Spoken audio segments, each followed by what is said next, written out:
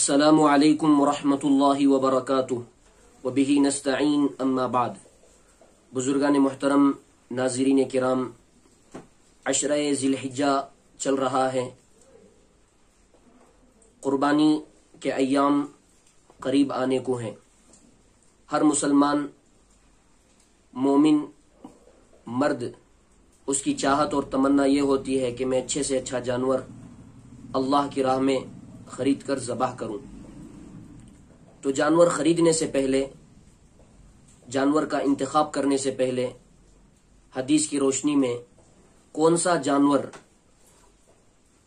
خریدنا مستحب ہے میں آپ کو بتانا چاہتا ہوں۔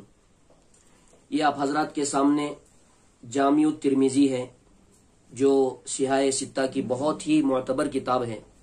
امام ترمذی رحمۃ اللہ علیہ نے اس کتاب کے اندر ایک باب باندھا ہے، باب ما یستحب من الاضاحی۔ قربانی کے لیے کون سا جانور ذبح کرنا مستحب ہے۔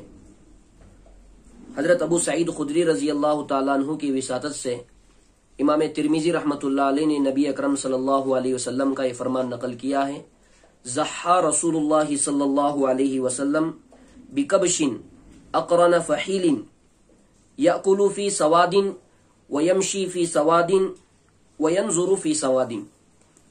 آپ صلی اللہ علیہ وسلم نے قربانی کے دن ایک ایسے جانور کو ذبح کیا جو سینگ والا تھا، ینظر فی سواد دیکھتا کالے میں، یأکل فی سواد کھاتا کالے میں، یمشی فی سواد چلتا کالے میں تھا۔ کیا مطلب ہے کہ جانور کے آنکھوں کا ارد گرد کا حلقہ وہ سیاہ رنگ کا تھا، اور جانور کا منہ جہاں سے وہ چرتا ہے وہ منہ کا حصہ بھی سیاہ رنگ کا تھا، اور جانور کے جو چار پیر ہیں وہ چار پیر بھی سیاہ رنگ کے تھے۔ دیکھتا کالے میں، کھاتا کالے میں، اور چلتا کالے میں۔ ینظر فی سواد یأکل فی سواد ویمشی فی سواد۔ حجت اللہ البالغہ نامی ایک بہت معتبر، مشہور و معروف کتاب ہے، حضرت شاہ ولی اللہ محدث دہلوی رحمۃ اللہ علیہ کی۔ انہوں نے اس حدیث کی تشریح کرتے ہوئے لکھا ہے کہ ایسے جانور کو جس جانور کے اندر یہ ساری خصوصیات پائی جاتی ہیں، یعنی آنکھوں کے ارد گرد کا حلقہ سیاہ ہے، منہ اس کا کالا ہے، پیر اس کے کالے ہیں، چتکبرا ہے، سیاہ اور سفید رنگ کا ہے، جو دکھنے میں بہت ہی خوبصورت معلوم ہوتا ہے، ایسے جانور بہت کم ملتے ہیں۔ اس لیے اس طرح کے جانور کو خرید کر قربانی دینا سنت نہیں بلکہ مستحب قرار دینا اس کو اولا ہے۔ اس لیے آپ حضرات کی خدمت میں گزارش کی جاتی ہے، تھوڑی بہت اگر ہم کوشش کریں گے تو ہو سکتا ہے اس طرح کے جانور ہمیں مل جائیں۔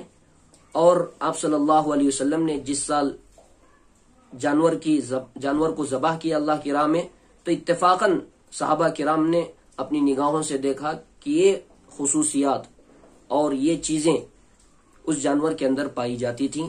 اللہ تبارک و تعالیٰ سے دعا ہے، اللہ تبارک و تعالیٰ اچھے سے اچھا جانور خرید کر اللہ کی راہ میں ہمیں ذبح کرنے کی توفیق عطا فرمائے۔ اس لیے کہ قرآن کریم میں اللہ رب العزت نے ارشاد فرمایا، لِيَبْلُوَكُمْ أَيُّكُمْ أَحْسَنُ عَمَلًا۔ یہاں پر اکثر عملہ نہیں کہا۔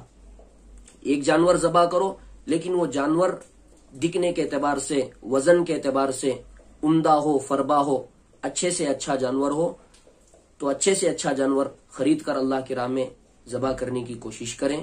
اللہ تبارک و تعالی ہمیں عمل کی توفیق عطا فرمائے۔ آمین۔ وآخر دعوانا ان الحمد للہ رب العالمین۔